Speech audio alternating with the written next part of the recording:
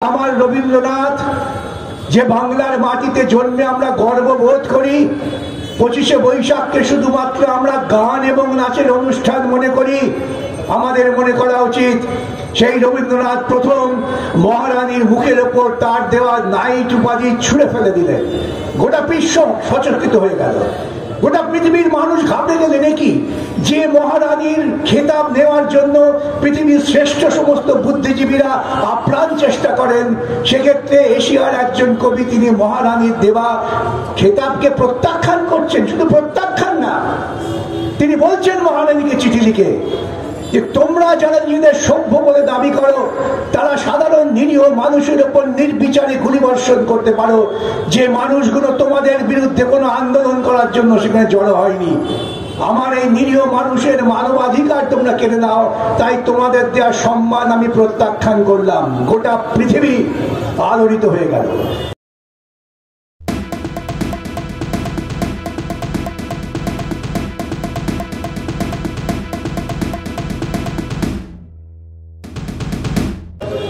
আপনারা বলতেই পারেন যে আপনি এইসব বড় বড় কথা বলছেন, আমরা কি কম বুঝি নাকি? আমরা রোজ টেলিভিশন দেখি, রোজ আমরা খবরের কাগজ পড়ি, তা আমরা কি বুঝি না? আমি সবিনয় বলি নিশ্চয়ই আপনারা বোঝেন, কিন্তু আপনার বোঝবার যে উপাদান, সেই উপাদানটাকে জোগাড় করছে। আপনি কার উপর দাঁড়িয়ে সিদ্ধান্ত নিচ্ছেন? আপনি যখন টেলিভিশন খোলেন তখন কি জানেন যে টেলিভিশনের মালিকটাকে? আপনি যে সংবাদপত্র পড়েন, আমি যে সংবাদপত্র পড়ি, আমরা কি জানি এই সংবাদপত্র নিয়ন্ত্রণ করছে কারা?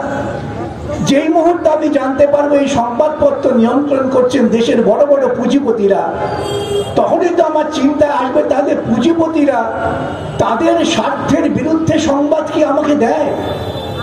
তারা কি এমন উপাদান আমাকে দেবে যার মধ্য দিয়ে আমি আমার নতুন চিন্তায় চিন্তিত হয়ে নতুন ভাবে আলোচনা করব, নতুন ভাবে সংগঠিত করব? নিজের চিন্তা ভাবনা এবং দর্শনকে তা তারা দেবেন না। তাই আমাদের আপনাদের সকলকে ডেকে মূল কথাগুলো বলতে হয়। আপনাদের কাছে চিন্তার উপাদান দিয়ে দিই আমরা। চিন্তার উপাদান দেওয়াটা আমাদের সাংবিধানিক দায়িত্ব।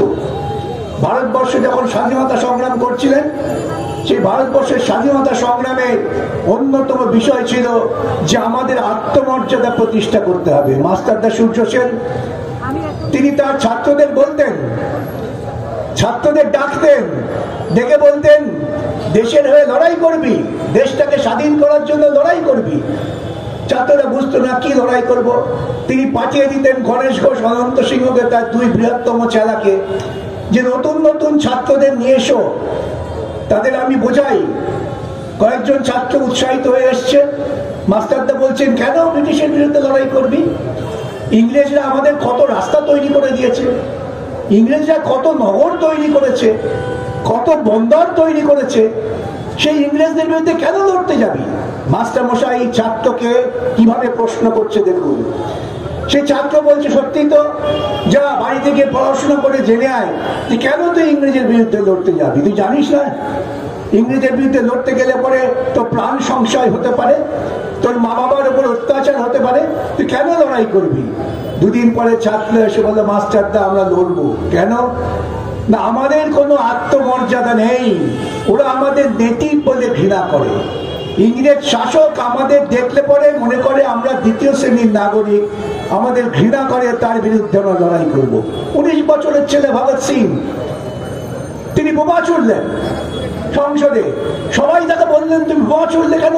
তুমি হিংস্র, তুমি মানুষকে খুন করতে চাও।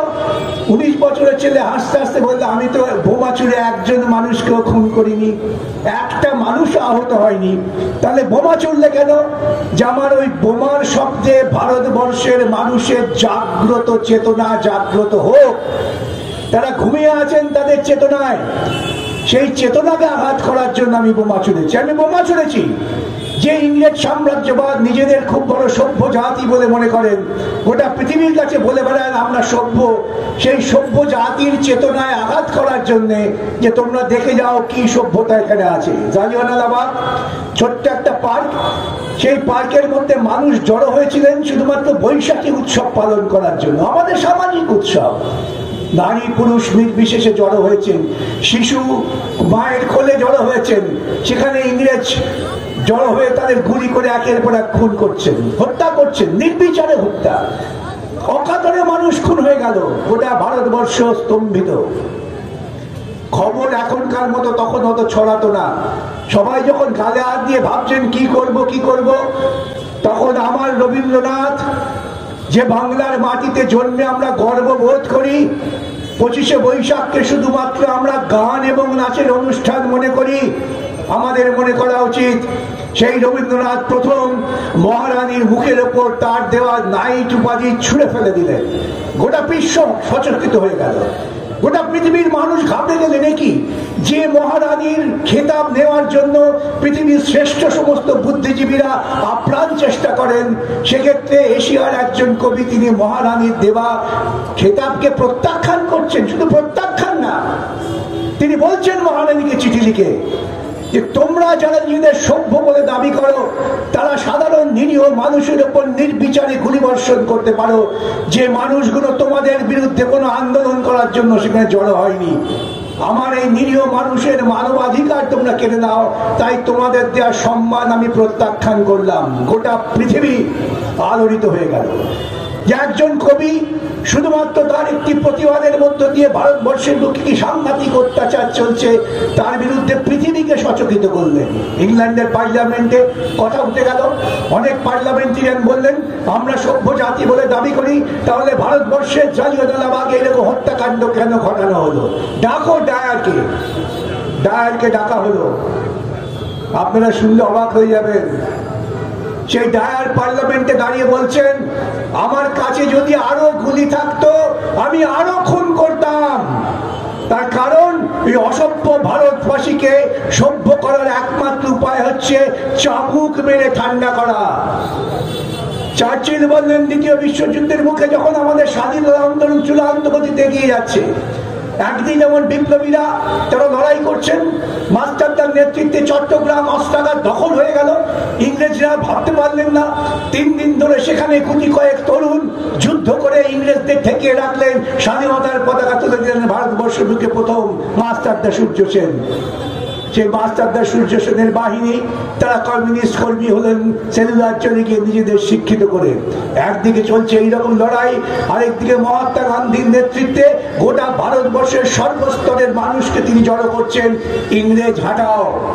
এই কলকাতা অধিবেশনে যখন প্রস্তাব পাশ হচ্ছে, যখন কংগ্রেসের মধ্যে দক্ষিণপন্থীরা টালমাটাল করছেন, তখন মাস্টারদা সূর্য সেনের বাহিনী তারা নেতাজি সুভাষচন্দ্র বোসকে সামনে রেখে বললেন আপনি আমাদের নেতৃত্ব দিন, আমরা আওয়াজ তুলব ইংরেজ তুমি দূর হটো, ভারত ছাড়ো।